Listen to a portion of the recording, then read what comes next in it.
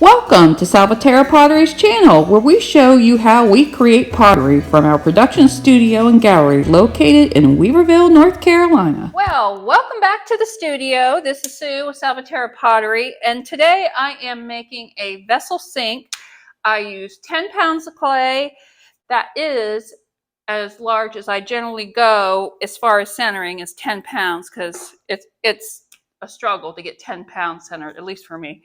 So this is going to be a 10-pound vessel sink, and I think we are ready to get started. Okay, here we go. So let's slap her down. Woo, that was a good one. Okay, and let's start getting this clay centered. And I've got it way off, so I'm going to just give it a little whack like that. All right. So I taped this once already today, just a few minutes ago. And when I went back to listen to it, there was no sound. So this is take 2 on the vessel sink. I had to make 2 vessel sinks anyway, so that's okay. But, you know, that's the way it is sometimes. All right, so let's get this centered. The clay is pretty soft. I like softer clay when I have to center 10 pounds. I've done it stiffer, but it is not the easiest thing to do. But the other hand of using softer clay is you've got to worry about it falling, especially when you're working with a piece this large and you're doing a bowl shape. You have to be careful. You got to know where the limits are. So I am slowly getting this centered, and I just kind of cone it up and cone it down until I have it where I want it. And we are getting there.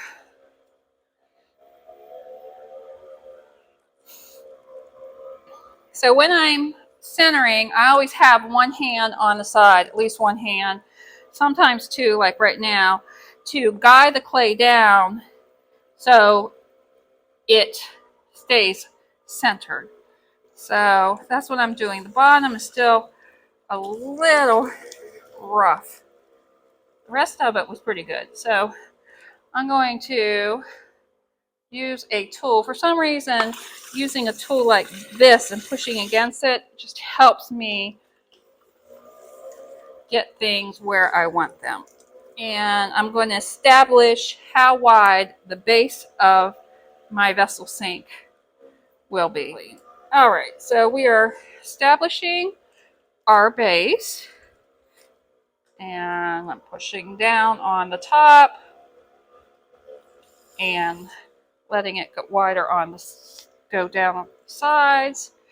Just keep working it like this. All right, and that is about where I want it. It's still a little off.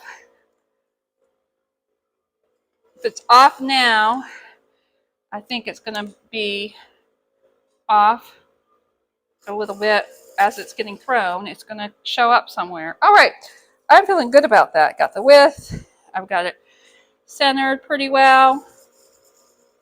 There might be a little air pocket in there that's giving me a little grief too, but we will see. So I'm using both hands to go down in the center, and then I'm pulling it towards me. Yep, just hit a bubble.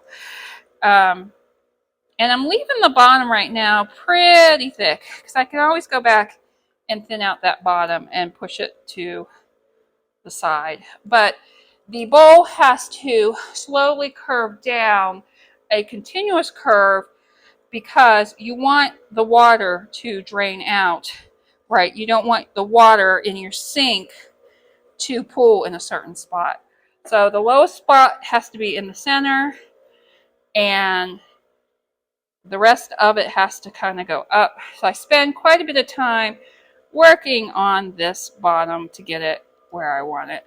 And because it's so much clay, I'm using both hands to push. So let's see how thick we are. All right, we're quite good. We're about 1 inch. That gives me some clay to work with. Love that. Because as I'm working, I'm going to be thinning this out more and more. So especially when I'm trying to get this perfect curve that I keep talking about. Okay, so I'm going to pull the clay to the side and start opening it up. And now I am going to do my first pull. I'm going to get some water out of here. Smooth that curve again. Okay, here we go. So I'm using this hand and I'm pulling up like this. I'm squeezing and pulling up against this finger that is supported by my thumb. And let's go. And the closer I get to finishing the pot, the slower I move my wheel. All right, so that's a pretty good first pull. I'm going to start working. I'm going to go back and forth between pulling and getting this curve on this bowl so it drains. So here we go, working on that curve again. I'm going to pull out the water, and I've got probably 2 inches of thickness in the wall at the bottom. So I'm going to push against that rib, and I just got myself a whole bunch more clay and established where I'm going to start my next pull. All right, so let's do that. Here we go, up again. So the wall on a 10-pound piece, the thickness of a wall, is not going to be the same thickness as a 3/4 pound mug. Otherwise, it's going to just be a weak piece. So the more clay you work with, the thicker the wall you make it. So this is going to be one of my thicker walled pieces because it is 10 pounds of clay. All right, so I'm going to go ahead and do another pull and start with working on this curve again. I'm going to push against my rib to pick up some more clay and fix this curve. Okay, and we're going to pull. All right, and here we go. Yep, getting a little hump in there. I have to fix that. And I'm going to fix it with my rib. Somewhere I pulled it not quite right. I'm going to slow it down because I'm starting to get a little off center. And I want to pull it back on. All right, so we are starting to get there. Pull out this water. And I think I want one more pull in this just to get a little bit more height on this wall and to get a little less clay right here at the bottom, because if I leave too much clay at the bottom, it's going to crack because that's going to be the last place it's going to dry, and then the center of the bowl will crack because it will dry before a thick spot on the end, bottom end. All right. Okay, so I've got a curved rib. I'm feeling pretty good about my walls. I'm going to use my curved rib, and I'm going to start at the top, and this is a gentle transition, and it's subtle. I'm not pushing this out a lot. I'm barely changing the shape. And now I'm going to start indenting this and working to make sure this curve, as it goes out, is higher and higher and higher. All right. Let me pull out the water. I like to use my sponge to do this too. And I think I have a bubble. Yep, I can feel it. I see a little one there. Let's pop a couple of these little bubbles. There's a baby one right there. Baby one right there. All right, let's check the thickness. All right, so we still have a good amount of thickness. That's good. I'm happy with that because that means I can keep pulling some clay out of this bottom to help that transition up. So I can go lower here and keep just slowly moving that transition. I might skip a little bit on this video just because I think it's going to get a little monotonous of you watching me get this bottom the way I want it. But you can see that I'm going pretty slow, and when I'm in the center I'm adding more pressure, and as I work out towards the edge of the bowl I'm doing less and less pressure so I can get it to drain the way I want. And then I want a nice curve there. Oh, right. I think we are pretty daggone close.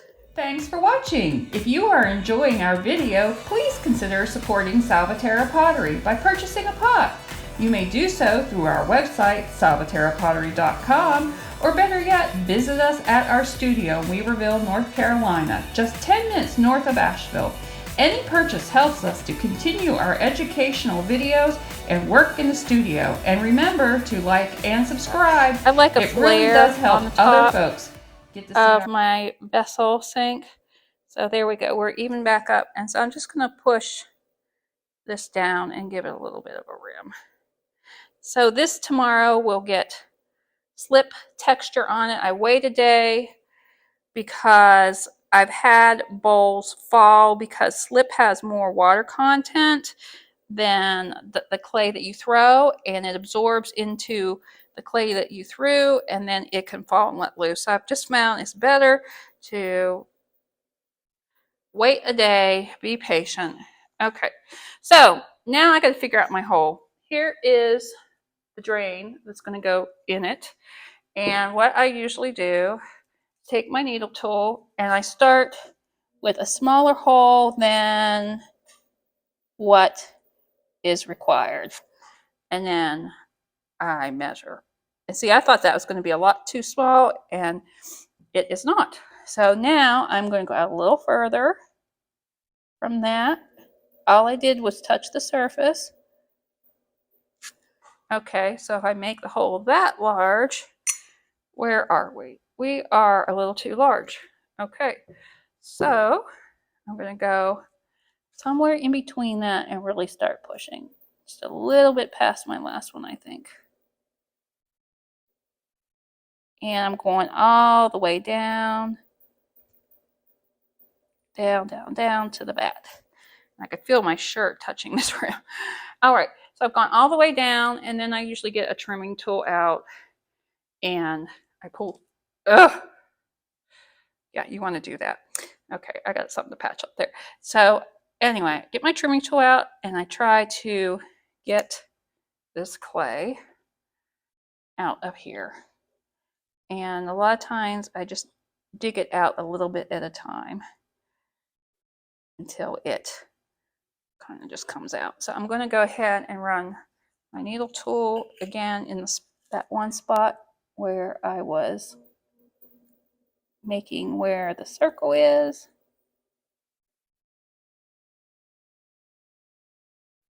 And then I'm going to dig out some more, or maybe it'll even pull out.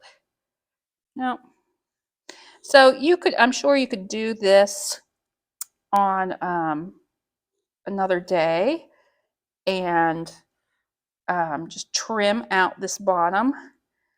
I like to do it while I'm at the wheel throwing. I like to get as much done as I possibly can on my first go around. So I'm going to go ahead and run this around and try to pick up some of this excess clay. All right. So I've got probably a ½ inch there from where the bottom is to where the clay is.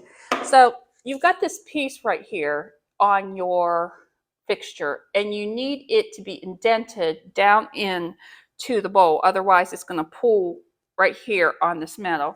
So now that I've got my hole, I'm going to push an indentation down, and that is for that fixture to sit. And if you got your hole a little too big, like I just did, that helps you also enclose that hole a little bit and Yeah, now if I left it like this, I know because of how my clay shrinks, it is going to shrink and be too small. So I'm going to take a little bit out.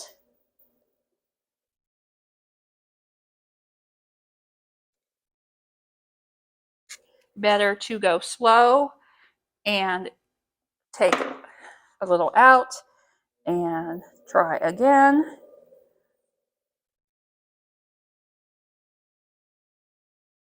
So you want to leave this where the bottom of the clay on this thinnest part still has about 1/4 of an inch. Otherwise, it's going to want to crack. Yeah, I think I'm good. I think I'm good. So I've got this little indentation here where that fixture is going to set. And then it goes up. And I'm just cleaning it up. And that way your water will drain. Okay, and I have this little spot that I hit with that trimming tool. So let me just smooth that out. And this is going to get a slip trail on the whole thing, so that will actually cover up nicely. So let me just run my sponge across all this. And I'm feeling good about that. So that is our bowl. And I think I've got a really nice slope going down in. Let me see if I can pull this off for you and show you it at a different angle. Ooh. I'm always careful to pull it off of the pins, and then I have to avoid my bucket. All right, so there's the bowl, and it will be turned into a vessel sink. So I will post what it looks like once it is all done, and that is it for today, and we will catch you next time. Thanks for joining me. Bye.